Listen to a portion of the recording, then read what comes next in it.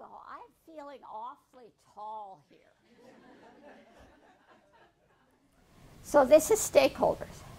If you take a look at the bottom line there, you can see that we interviewed. We didn't just say hello to, but we interviewed 264 individuals within this district. So interview means we listened. Board members, you know that most of you I talk to on the phone. So that's getting that voice. We look at artifacts. Jill was good enough to make sure that we got lots of artifacts to look at things that you do. We look at artifacts, we look at interviews. That's what we have done in the last 3 days. And then observations, we were in your classrooms, and you're going to see that piece. We notice the theme, because we look for what's kind of sustained. And it is that sense of pride you have in who you are and what you stand for. And it is about community and parent support and involvement. You probably heard me say that I travel now a lot. I've been in 22 states and I think 6 countries reviewing districts. What I notice about this district is that your parent involvement, your essence of having parents and community involved, that it is systemic. That is very rarely true. So really think about how to keep that as you're growing and changing.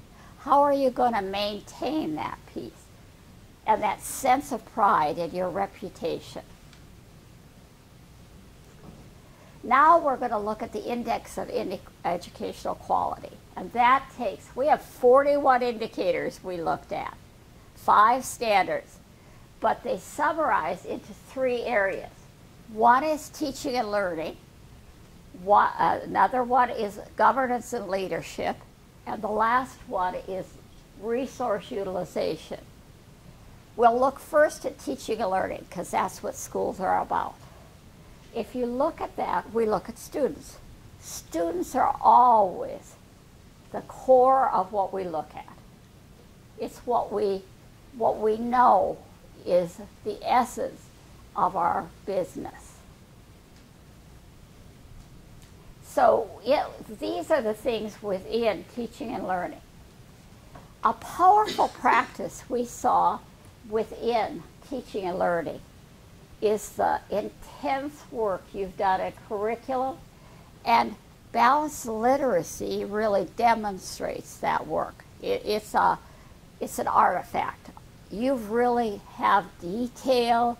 You've really looked at what it means to have a curriculum that is what students need to know and be able to do.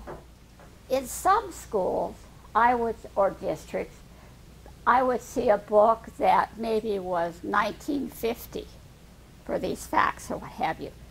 This book was 2016. It was the latest edition. That says something about the resources you are providing to students. And so celebrate that use of resources and putting money where kids can really use it.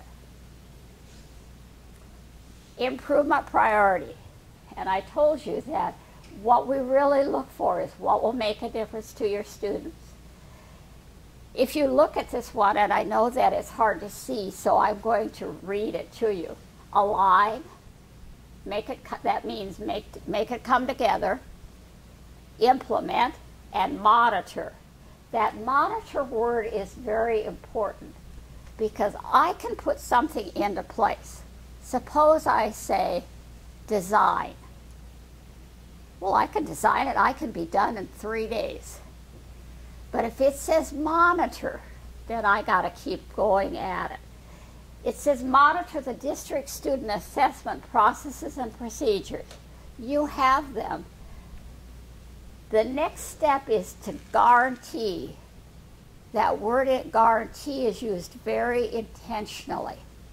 That means the monitoring process is really checking with fidelity and consistency across the district, and support it with professional development for teachers and support staff. Fidelity means I'm really careful about how I assess, and I'm very consistent about how that happens, because kids need that. We were in 70 classrooms yesterday. We did 20-minute observation, and we looked at your students. This is a student observation where the students engage. This is not about teachers. This is about students. AEN stands for the AdvancED Network Average. That means last year across all the district institutions, this is the average. It was, for an equitable learning environment, it was 2.69. And there's a more detailed report. In the external review report board, you will be able to look at that and see. But this is what you see. You can look at your average, and you can look at the network average. At the bottom, it says digital learning environment. And you notice that you're a 1.80 on a 4-point scale.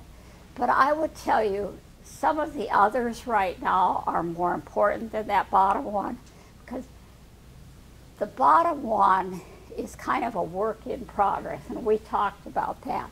And when you look at the report, you'll see what I mean with that. Now let's look at leadership capacity.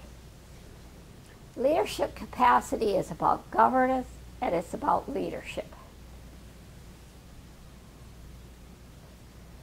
I have begin with the end in mind, and this particular picture that I took was from a classroom, and it says, on task all the time. That was the day's expectations.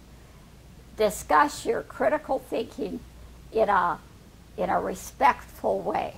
See, what these students are learning is life skills that are really important. As governance and leadership, you want your kids to be able to think and to make decisions.